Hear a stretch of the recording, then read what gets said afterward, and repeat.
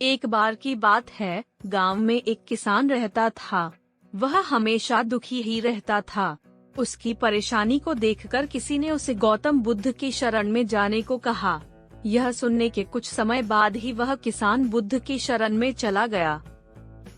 गौतम बुद्ध के पास पहुँचते ही किसान उन्हें अपनी व्यथा सुनाने लगा। किसान ने कहा, हे महात्मा, मैं एक किसान हूँ और खेती से अपनी जीविका चलाता हूँ, लेकिन कई बार पर्याप्त वर्षा न होने के चलते फसल खराब हो जाती है, जिसका बहुत नुकसान होता है। मैं विवाहित हूँ और अपनी पत्नी से प्रेम करता हूँ और वह मेरा ख्याल भी रखती है, लेकिन कभी कभी वह मुझे कभी इतना परेशान कर देती कि मुझे लगता है कि यह मेरे जीवन में न होती तो कितना अच्छा होता। किसान की बातें गौतम बुद्ध बहुत शांतिपूर्वक सुन रहे थे। किसान ने अपनी बात आगे जारी करते हुए कहा कि मेरे अपने बच्चे भी कभी कभी मेरी बात नहीं सुनते और फिर मुझे बहुत गुस्सा आता है। उनके इस बर्ताव से लगता है वो मेरे बच्चे हैं भी या नहीं। किसान ऐसे एक एक करके अपनी सारी परेशानियां बुद्ध को बताता गया। ऐसे करते करते किसान की सारी समस्याएं खत्म हो गई और इस बीच गौतम बुद्ध ने एक शब्द भी नहीं कहा। अपनी सारी समस्याएं बताने के बाद जब किसान का मन हल्का हो गया तो वह बुद्ध के जवाब का इंतजार करने लगा, लेकिन बदले में बुद्ध ने कुछ नहीं कहा। गौतम बुद्ध के बहुत समय तक कोई प्रतिक्रिया न देने के कारण किसान का सब्र खत्म हो गया और उसने ऊंची आवाज में कहा, आप मेरी समस्याओं का समाधान करेंगे या नहीं? गौतम बुद्ध ने उत्तर दिया, मैं तुम्हारी कोई मदद नहीं कर पाऊंगा। यह सुनते ही मानो किसान को अपने कानों पर विश्वास ही नहीं हुआ। उसने कहा, महात्मा, आप ये क्या कह रहे हैं? सभी लोगों ने कहा कि मेरे दुख का निवारण केवल आप कर सकते हैं, तो क्या आप ऐसा नहीं करेंगे? किसान के इस सवाल पर बुद्ध ने जवाब दिया, कठिनाइयाँ तो जीवन का हिस्सा होती है। तुम्हारे जीवन में भी इन कठिनाइयों का आना कोई नई बात नहीं है।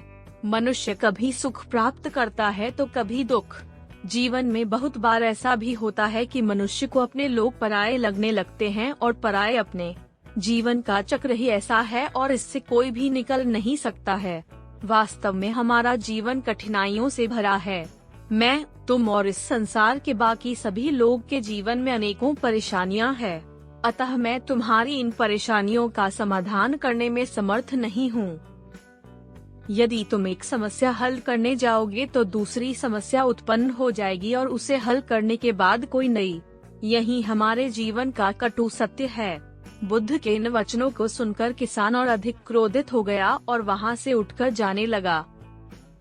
इतने देर में बुद्ध ने उसे रोका और कहा, मैं तुम्हारी इस समस्या का समाधान तो नहीं कर सकता, लेकिन एक दूसरी समस्या का हल कर सकता हूँ। इस बात पर किसान ने आश्चर्य से कहा, इनके अलावा भला और कौन सी समस्या है? बुद्ध ने कहा, तुम यह चाहते हो कि तुम्हारे जीवन में कोई परेशानी न हो। यही कारण है कि तुम्हारे जीवन में अन्य समस्याएं उत्पन्न होती है। तुम इस सत्य को अपना लो कि जीवन में तो समस्याएं लगी ही रहती है। तुम बस हमेशा यही सोचते हो कि इस संसार में तुमसे अधिक दुखी और कोई नहीं है। लेकिन एक बार अपने आसपास देखो, क्या बाकी लोग तुमसे कम दुखी हैं? जैसे तुम्हें अपना दुख बड़ा लगता है, वैसे ही तुम्हारे आसपास के लोगों को भी अपना दुख उतना ही बड़ा लगता है।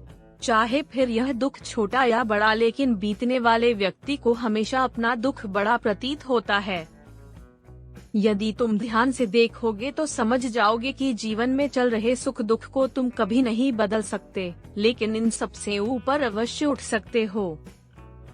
सुख और दुख को तो आने से तुम नहीं रोक सकते, लेकिन इनका सामना कैसे करना है इसकी व्यवस्था कर सकते हो। अतः आज से ही तुम यह सोचना छोड़ दो कि तुम्हारे जीवन में कितने दुख है। दुखों के सागर के बीच जितना शांत रहोगे, जीवन में उतना ही संतुलन रख पाओगे। कभी भी इन दुखों को अपने ऊपर इतना हावी मत होने दो कि यह तुम्हें विचलित कर सकें। इतना सुनते ही वह किसान बुद्ध के चरणों में गिर गया। अब वह अच्छे से समझ गया था कि आगे उसे क्या करना है।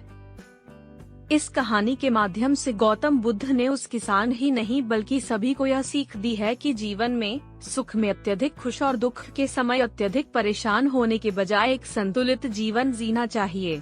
यदि आप दुख और सुख दोनों में समान रहने की कोशिश करेंगे तो कभी अपने लक्ष्य से विचलित नहीं होंगे।